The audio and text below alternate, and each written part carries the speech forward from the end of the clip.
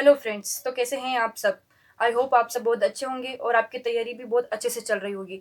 तो आज की ये वीडियो आप लोगों के लिए बहुत ही ज़्यादा इंपॉर्टेंट होने वाली है, जो विद्यार्थी आरपीएससी सेकंड ग्रेड की तैयारी हिंदी से कर रहे हैं। क्योंकि आज की इस वीडियो में हम बात करेंगे आरपीएससी सेकंड ग्रेड की तैयारी हिंदी से कर रहे हैं विद्यार्थियों की जो प्रिपरेशन के अंदर जो सिलेबस है, जो टॉपिक लगता है, तो कौन से टॉपिक से कितने प्रश्न आते हैं, यानी कि कौन सा जो टॉपिक है वो उनके लिए इंपॉर्टेंट है, कौन सा टॉपिक ऐसा है जिनके ऊपर उनको ज़्यादा फोकस करना है, ऐसे कौन से टॉपिक्स हैं जिनको वो कवर करके अपना 90%, 80%, 70% जो स्कोर है वो कंप्लीट कर सकते हैं।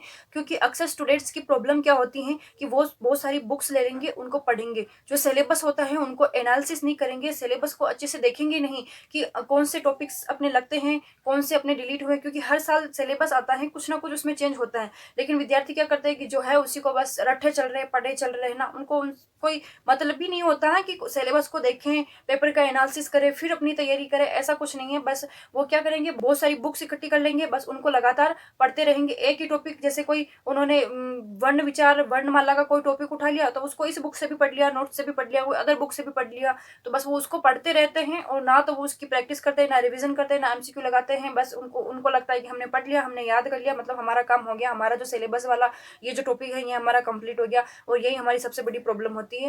बल्कि ऐसा बिल्कुल भी नहीं होता है। ये जो सारी चीज़ें हम कर रहे हैं, ये सारी चीज़ें रॉन्ग है अपने लिए, और यही आगे चलकर अपने एग्जाम के अंदर जो होती है वो प्रॉब्लम क्रिएट करते हैं। तो इसके लिए सबसे ज़्यादा ज़रूरी है कि आप सिलेबस को समझें। आपको पता होना चाहिए कि अपना सिलेबस कौन सा है, और इसके लिए हमारे लिए बेस्ट सोर्स कौन से हैं, कौन से सोर्स ऐसे हैं जिससे हम अपने पूरे सिलेबस को कंप्लीट कर पाए। तो सबसे पहले मैं आपको एक बार सिलेबस रिवाइज करके बता देती हूँ कि अपना सिलेबस कौन सा है। मैंने अपना सिलेबस यहाँ पर ये लिख करके रखा हुआ है, जो कि मैं आपको बता देती हूँ कि एक तो अपने सिलेबस में लगती है शिक्षण विधियाँ, ठीक है, शिक्षण जो हिंदी की शिक्षण विधियाँ हैं वो लगती हैं। उसके बाद में है अपने एक हिंदी साहित्य का इतिहास। हिंदी साहित्य का इतिहास जैसे आदिकाल, रीतिकाल, भक्तिकाल और उसके आधुनिक काल, ये चारों काल लगते हैं। और आधुनिक काल के अंदर फिर से 6 काल और लगते हैं, जैसे भारतेंदु काल, द्विवेदी युग, छायावादी युग। तो ये सारे जो होते हैं ये इसमें और लगते हैं। तो ये जो पूरा है इसको कहते हैं पर हिंदी साहित्य का इतिहास। इसके अलावा एक और टॉपिक है अपने हिंदी भाषा का उद्भव और विकास। ये एक छोटा सा टॉपिक है, लेकिन एग्जाम में अच्छा स्कोर देके जाता है। उसके बाद में अपना नेक्स्ट टॉपिक आता है साहित्यिक व्याकरण, यानी कि जिसमें शब्द शक्तियाँ, काव्य दोष, काव्य गुण, अलंकार, छंद, ये जो सब होते हैं ना, रस, ये सब साहित्यिक ग्रामर है। तो ये पोर्शन लगता है अपने साहित्यिक ग्रामर का। एक इसमें पहले पद्यांश 2022 का जो एग्जाम हुआ था उसमें गद्यांश और पद्यांश दोनों आते थे। 2024 में जो भी लेटेस्ट पिछला वाला जो अपना एग्जाम हुआ था उसमें सिर्फ एक गद्यांश आया था, पद्यांश नहीं आया था। तो गद्यांश भी आ सकता है, पद्यांश भी आ सकता है, लेकिन पिछले वाले पेपर के एनालिसिस के हिसाब से एक छोटा, भले गद्यांश हो, या तो गद्यांश हो या पद्यांश हो, ठीक है, एक ये। और एक इसमें अपना गद्यांश पद्यांश का टॉपिक नहीं लगता, लेकिन इससे क्वेश्चंस आते हैं, 4 से 5 क्वेश्चंस आते हैं। तो इसको भी अपन को ध्यान में रखते हुए अपनी प्रिपरेशन को करना है। उसके बाद में एक अपना आता है गद्य पद्य वाला लगता है, जिसमें कबीर, तुलसी, ये सब, और इधर से वापस अपने जो गद्य के जो स्टोरी है, उपन्यास है, नाटक है, ये जो राजहंस वगैरह, ये जो सारी विधाएं लगती हैं, ये जो सारे अपने टॉपिक लगते हैं, इनको हम गद्य पद्य से जान सकते हैं। तो एक ये पोर्शन जो है ये अपने लगता है। उसके बाद में एक जो मेन और सबसे इम्पोर्टेंट पोर्शन है वो है व्याकरण का, जो कि अपने नॉर्मल व्याकरण होती है हिंदी के अंदर, वो व्याकरण का पोर्शन लगता है। तो कुल मिला के इस तरीके से अपने इसमें 6 से 7 पार्ट जो हैं सिलेबस में डिवाइड हो रहे हैं। अब इन सिलेबस को ऐसे डिवाइड करके फिर इसको समझने के बाद में ही हमें अपनी स्टडी को जो है वो करना है। अब क्या होता है कि जो स्मार्ट स्टूडेंट होते हैं वो अपनी स्टडी को भी स्मार्ट तरीके से करते हैं। वो क्या करते हैं, पहले इस सिलेबस को अच्छे से समझते हैं, जिस तरीके से मैंने अभी आपको पूरा सिलेबस बताया है। अब स्मार्ट स्टूडेंट वही होंगे जो इस सिलेबस का एनालिसिस करेंगे, और वो ये तय करेंगे कि कौन से टॉपिक से कौन से क्वेश्चन आ रहे हैं, कितने क्वेश्चन मेरे बैठ रहे हैं, कौन सा जो पोर्शन है, कौन सा जो पार्ट है वो कितने नंबर का है, और वो उसी तरीके से स्मार्ट स्टडी करेगा। जो पोर्शन ज़्यादा नंबर का होगा वो उस पर ज़्यादा फोकस करेगा, जो कम नंबर का होगा वो उस पर कम फोकस करेगा, जिससे उसका जो स्कोर है एग्जाम के अंदर वो बढ़ सके, ज्यादा हो सके, ठीक है। तो ये होती है स्मार्ट स्टूडेंट की स्ट्रेटजी। तो अगर आप भी स्मार्ट स्टडी करना चाहते हैं तो इस वीडियो को एंड तक देखिए। मैं आपको बहुत सारी चीजें बताने वाली हूँ, क्योंकि मैंने खुद से इन जो ये पेपर्स हैं इनका मैंने एनालिसिस किया है। मैंने जो 2022 में पेपर हुआ था, 2024 में पेपर हुआ था, इन दोनों पेपर या और पिछले हुए थे, लेकिन उसमें क्या था, 2022 से पहले इतना एनालिसिस नहीं कर पाई, लेकिन जो चीजें मिल रही वो इक्वल है। क्योंकि उससे पहले क्या था कि जो 12th क्लास तक का जो जो थे ना बुक्स वगैरह एनसीईआरटी की, वो सारी भी उसमें लगती थी। लेकिन अभी जो 2024 में हुआ था, वो बुक्स जो हिंदी की थी 11वीं से 12वीं जो बुक्स लगती थी वो इसमें से हटा दी गई हैं। तो उस हिसाब से मैंने इस पेपर का पूरी सही तरीके से एनालिसिस करके और फिर उसके बाद में मैं आपको बता रही हूँ, जिससे आप जो अपनी प्रिपरेशन कर रहे हो उसमें आपको आसानी हो सके कि मैं कौन से जो पार्ट है उस पर ज़्यादा फोकस कर सकूँ। तो देरी ना करते हुए मैं आपको चलिए वो जो स्कोर हैं, हर पार्ट के जो स्कोर हैं वो बता देती हूँ, जिससे क्या कि आपकी जो स्टडी है वो और सही तरीके से और बेटर तरीके से हो सके। आपका जो समय है अगर वो गलत डायरेक्शन में जा रहा है, तो आप अपने समय को एक सही डायरेक्शन देकर अपनी प्रिपरेशन को और अच्छे से और बेहतर तरीके से कर सको और अपनी जो सिलेक्शन के चांस हैं, जो अपना स्कोर है, उसे और अच्छे से बढ़ा सको। तो सबसे पहले मैं आपको बता देती हूँ कि शिक्षण विधियों से 20 क्वेश्चंस आते हैं, फिक्स हैं, इसमें कोई ऊपर नीचे वाली बात है ही नहीं।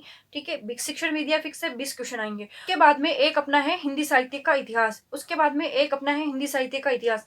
इसमें क्या आता है मैंने आपको पहले बता दिया था, जो हिंदी साहित्य का इतिहास आदिकाल से लेके आधुनिक काल के जितने भी पार्ट है वहां तक लेकर के ये जो पूरा पोर्शन है, आदिकाल, भक्तिकाल, रीतिकाल और आधुनिक काल, ये जो पोर्शन है इसमें से अपने 25 से 30 क्वेश्चन आते हैं। 2022 में जो पेपर हुआ था उसमें इस पार्ट से 25 से 26 प्रश्न आए थे। वही 2024 में जब ये पेपर हुआ तो उसमें 28 से 29 प्रश्न आए थे।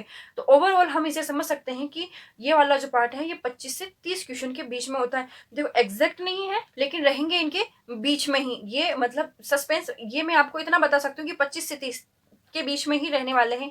एक ये बिल्कुल फिक्स संख्या नहीं है लेकिन रहेंगे इनके आसपास ही, इनके बीच में ही। जैसे हिंदी साहित्य का इतिहास हो गया 25 से 30 नंबर का। उसके बाद में एक टॉपिक लगता है अपने हिंदी भाषा का उद्भव और विकास। यकीन मानिए बहुत छोटा सा टॉपिक है, बहुत ही इजी टॉपिक है। ठीक है, अगर आप इसे सही ढंग से सही तरीके से पढ़ते हैं तो इतना टफ टॉपिक नहीं है ये। मुश्किल से 2 से 3 घंटे का टॉपिक होएगा। अगर आप फर्स्ट टाइम जो इसे पढ़ रहे हैं तो 2 से 3 घंटे का टॉपिक है, आप इसे आराम से कर सकते हो। अगर आपने पहले से पढ़ा हुआ तो आपके लिए और बहुत ज्यादा इजी हो जाएगा। और इस टॉपिक में से आपके हर एग्जाम में 5 क्वेश्चन देखने को मिले हैं। छोटा सा टॉपिक है, 2 से 3 घंटे अगर आप इसे सही तरीके से पढ़ते हैं तो इतना टफेस्ट नहीं होता ये टॉपिक, और 5 क्वेश्चन इसमें से फिक्स है।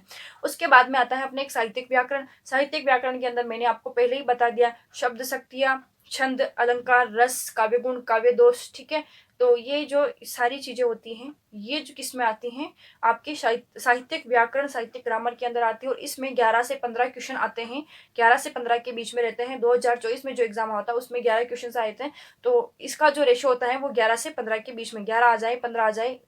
तो अगर आप, मैं ऐसे बता रही हूँ कि इनके बीच में है, तो अगर किसी में जैसे 11 से 15, पिछली बार 11 है तो किसी और में ज़्यादा हो गए होंगे। ठीक है, उसमें जो अपने हिंदी का साहित्य इतिहास था उसमें 29 आ गए थे। और उससे पहले जब हिंदी साहित्य 2022 में जो पेपर हुआ था उसमें हिंदी साहित्य के अंदर अगर 26 प्रश्न आए थे, तो जो ग्रामर थी, साहित्यिक व्याकरण थी, इसमें बढ़ गए। ठीक है, लेकिन इनका जो रेशो है इनके बीच में ही रहेगा, इससे ऊपर नीचे नहीं होगा। उसके बाद में एक गद्य पद्य से मैं आपको ये बताना चाहूंगी। गद्य पद्य मतलब जो अपने पाठ लगते हैं ना, कबीर, गणानंद, तुलसीदास, ये सूरदास, बिहारी, ये सारा है। इसको मैंने एज ए पद्य आपको समझाने के लिए बताया सिलेबस के अंदर, ये अपना पद्य। और उसके बाद में गद्य जो और अपने नाटक, उपन्यास, ये सभी लगते हैं। तो ये जो पूरा अपना एक पोर्शन दे रखा है हमें राइटर के नाम के साथ, कौन कौन सी चीजें, वो सारी जो चीजें दे रखी हैं, इसमें 36 से 40 क्वेश्चन आते हैं। कितने? 36 से 40 क्वेश्चन इस पार्ट के अंदर से आते हैं। उसके बाद में अपनी जो नॉर्मल व्याकरण होती हैं, ये सबसे ज्यादा वेटेज वाला स्कोर है आपका, पढ़ने में इजी हो जाएगा। ठीक है, तो इसकी जो व्याकरण है ये पढ़ने में भी इजी होती है। तो इसके 45 से 50 क्वेश्चन जो है वो अपने एग्जाम में आते हैं। तो अब मैं आपको दिखा देती हूँ सबसे ज्यादा जो इसका स्कोर है वो किसका है। तो अब देखो, जैसे 20 नंबर की शिक्षण विधियां, 25 से 30 नंबर का हिंदी साहित्य का इतिहास, 5 नंबर का हिंदी भाषा का उद्भव और विकास, ये वाला लग जाएगा। उसके बाद में 11 से 15 नंबर साहित्यिक व्याकरण, 4 नंबर का कोई गद्यांश आ जाएगा या कोई पद्यांश आ जाएगा।